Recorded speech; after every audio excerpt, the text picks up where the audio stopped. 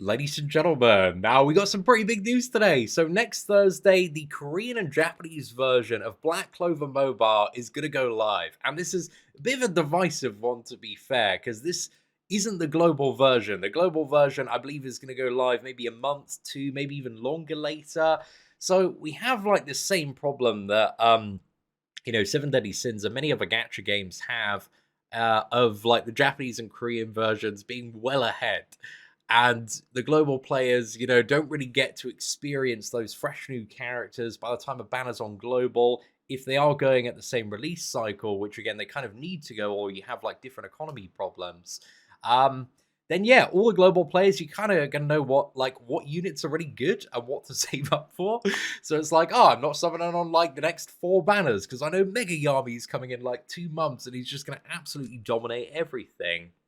So yeah, I'm still a little bit torn on why these companies choose to do the release of the Korean and Japanese version like so far ahead, because I think it somewhat dilutes the experience for global to a certain extent. Again, you can argue that having the foresight of knowing what characters are good and have them like properly battle tested allows you to make kind of better decisions if you're playing either free to play or on a budget. So there are many ways to look at it, but personally, I'd love if all these games synced up, man. It would just be so good, and it means I don't need to get up at what is it, 2 a.m. for career patches again, like we did on Seven Deadly Sins. But hey, the game's coming out, man. I played the absolute living hell out of the beta, man. I just grinded this thing out. We had it back in the end of November for a week, and I managed to get rank 1 PvP. And I know what a few of you in the comment section already typing. You're thinking, see, you've got the goddamn well sinner spending, mate. You just swipe it into the dive in, and sorry, that came out a little bit funny. But yeah, I wasn't swiping. This was completely free to play beta, but I was just grinding it, man. I was so focused on trying to figure out all of the units, the meta strategy, and I made a really good strategy which got me to rank 1 in PvP. And granted, this is just against people's defense, so you needed to make kind of a really good like AI defense strategy, and also kind of a strategy to get through some really annoying defenders, because there was yeah, a very toxic meta, which I'm going to talk about a little bit in this video as well. Because overall, the beta was amazing. This game like shows so much potential, man. The whole user interface, the map kind of going through the story, the world, it feels incredible. And the character animations are just like 11 out of 10. Like, it feels so good when you're kind of pressing off like those ultimate attacks and like the really like ramped up, fired up abilities that just destroy everything. So yeah, it really has that satisfying feeling playing it, man. And it feels really good. But one of the problems that they had was during the beta, and again, this was like the first version. This is like friggin' 6 months ago. There were a few mechanics in the game that made it very toxic when it came to PvP, because you could create like a defense team that could pretty much like permanently stun and CC the attacking team. And vice versa, you could kind of switch that up as well. There were just some mega toxic units. And I sent across so much feedback, playing PvP, getting to rank 1 on the leaderboard, about how I just kind of like abused various gear systems, and also the speed tombs as well. Because that was one of the things, is that it's very easy to manipulate like both character speed and also draining like the turn gauge as well. And there was this friggin' Foggy Boy Lotus that has an ultimate that just like drains everybody's turns to 0.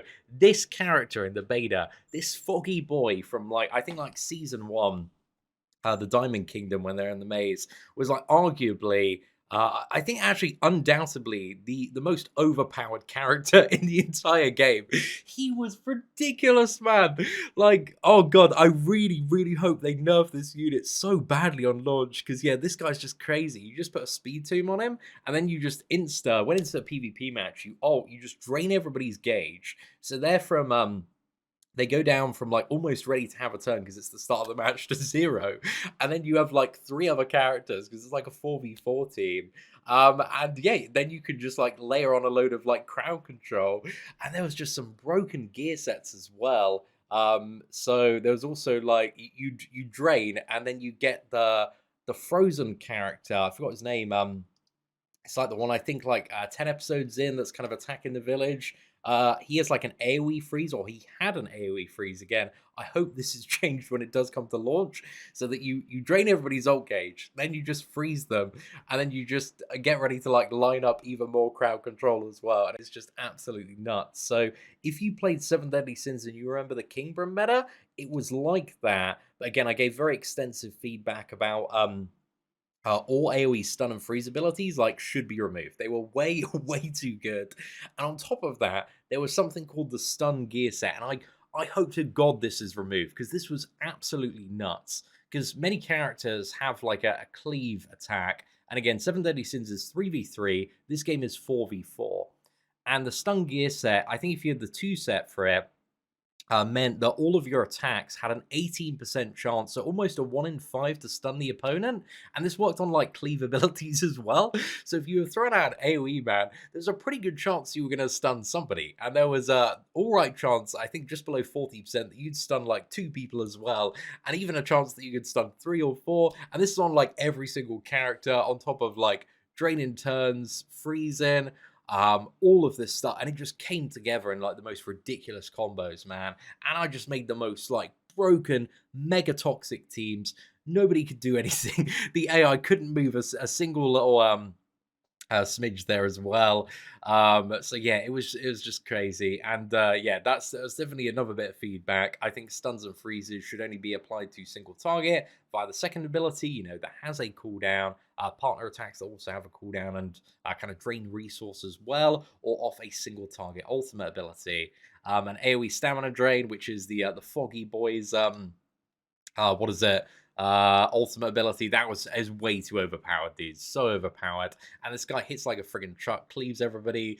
Like had all the like a million debuffs, and also what is that? I think like removed buffs on his special too, or something like that. So yeah, this guy was absolutely cracked, man.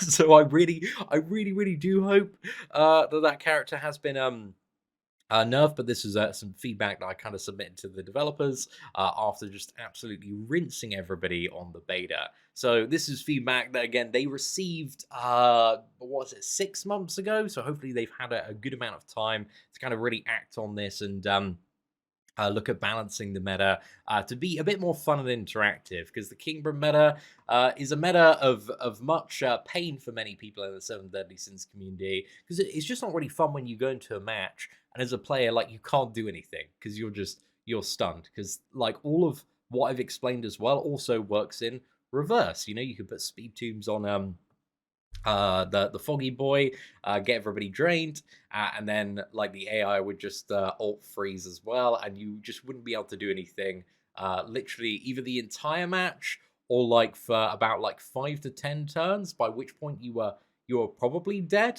And there was also a different thing as well, because you might be thinking from Seven Deadly Sins, oh, well, you're getting stunned, you're taking loads of debuffs. Why don't you just use a debuff immunity character?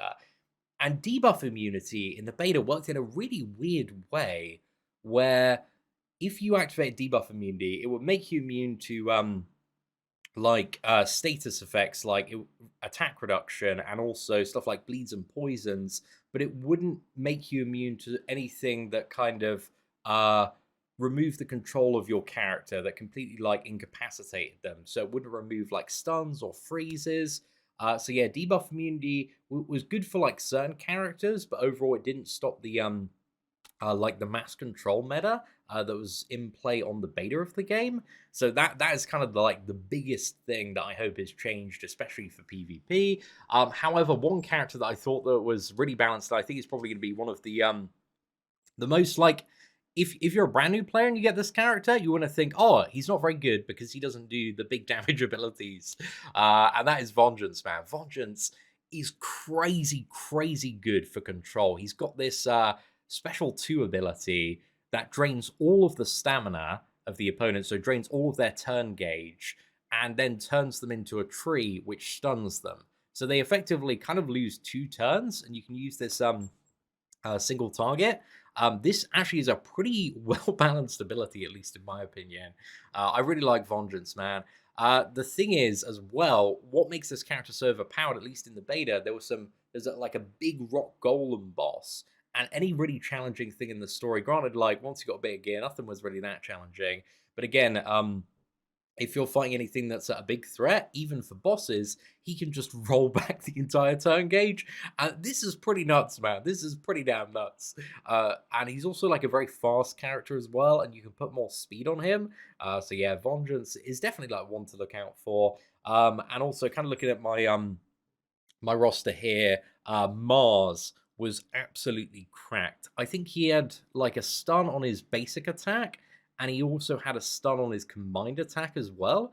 So you could pair him up with like Vengeance, or like another character. I forgot who I had him like paired up with at the time, but you could also use Vengeance's combined attack to trigger Mars, which then would also trigger a stun as well on top of the stun set. So yeah, Miles was pretty OP. I actually hope he gets to like tune down like a little bit. Again, it's mainly like the stun meta was just like a little bit too overwhelming and just kind of like took all of the elements of play off the table. So yeah, I kind of hope that gets rebalanced quite significantly for the launch of the game.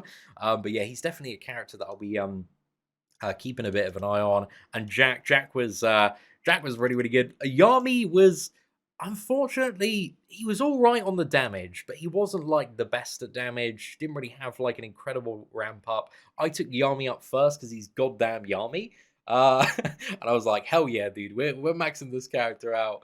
He's got good cleave. He's not bad for farming, but when it came to PvP and even bosses, there just wasn't like anything that really set him aside as like, okay, this character is like really special because he ramps up in this way and deals like mega damage. He was just like good kind of base consistent damage, and sometimes again a lot for the early game. That's kind of what you need.